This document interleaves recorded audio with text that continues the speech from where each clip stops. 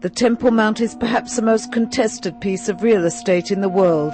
The Temple Institute, a non-profit organization, is dedicated to raising public awareness than the rebuilding of the Third Temple. Rabbi Jaim Richman talks to InfoLive TV.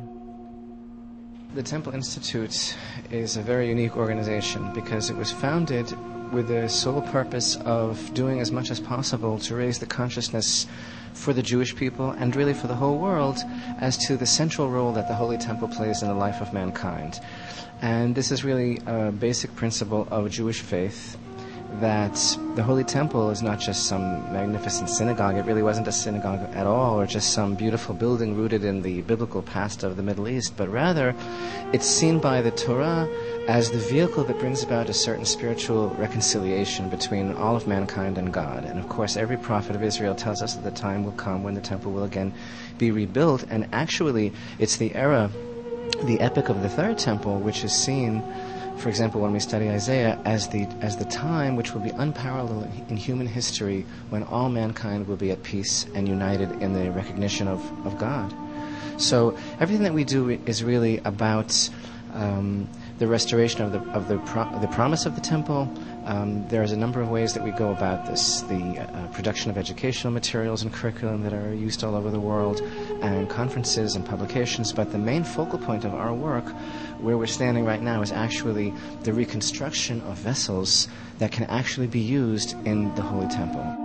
As Israel and the Palestinians prepare for another peace summit, the future status of Jerusalem has been thrust to the forefront. Many remain skeptical over the funds invested in the future reconstruction of the temple, and if it will bring true peace. Well, you know, a lot of people will try anything for peace, and John Lennon said, all we're saying is give peace a chance. And so why not try the one thing that God himself promises, for example, through the prophet Haggai, where he says, in this place I will grant peace. You know, we try not to be political. We're really not a political organization at all. This is totally a religious and educational undertaking, but it's kind of hard to separate, for the Jewish people even in the land of Israel, the connotation of all of this. Obviously, the Holy Temple doesn't go in Hartford, Connecticut.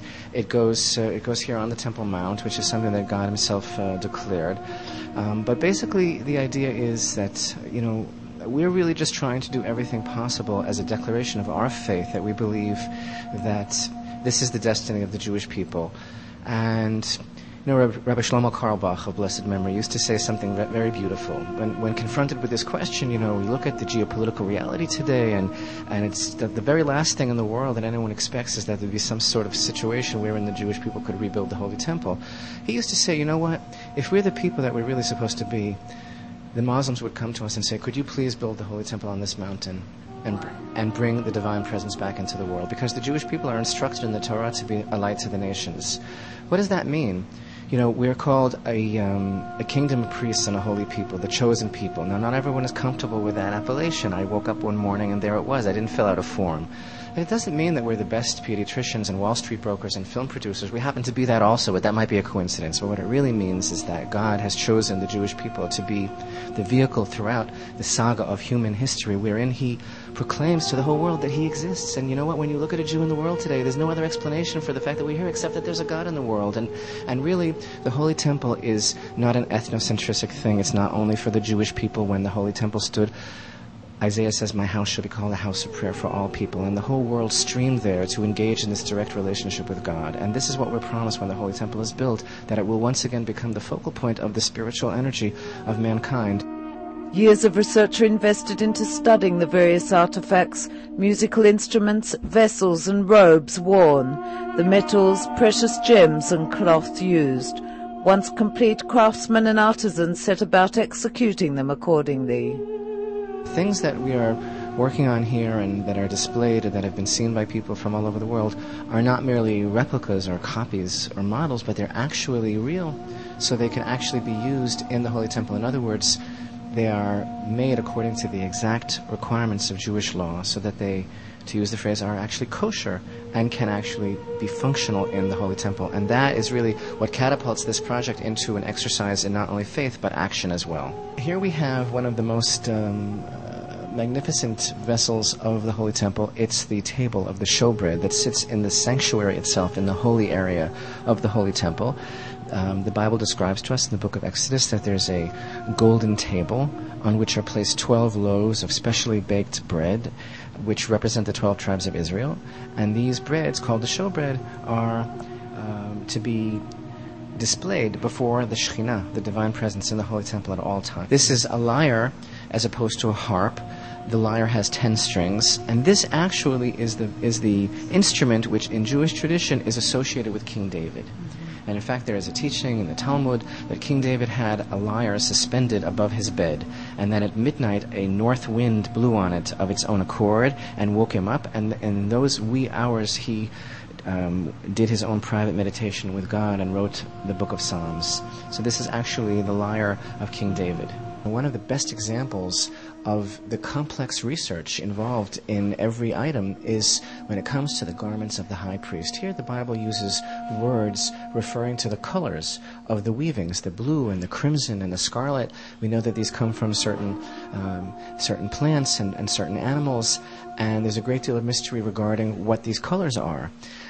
When it comes to the breastplate of the high priest, one of the 8 garments, the breastplate of the high priest, which is considered one of the 8 garments of the high priest, the 12 stones of the breastplate of the high priest, of course, which are representative of the 12 tribes of Israel, these stones took the scholars and rabbis of the Temple Institute over a decade to reach a final conclusive identification of what the stones are. Recently, a delegation of ministers from Papua visited the institution and contributed $10,000, gold bars and precious gems.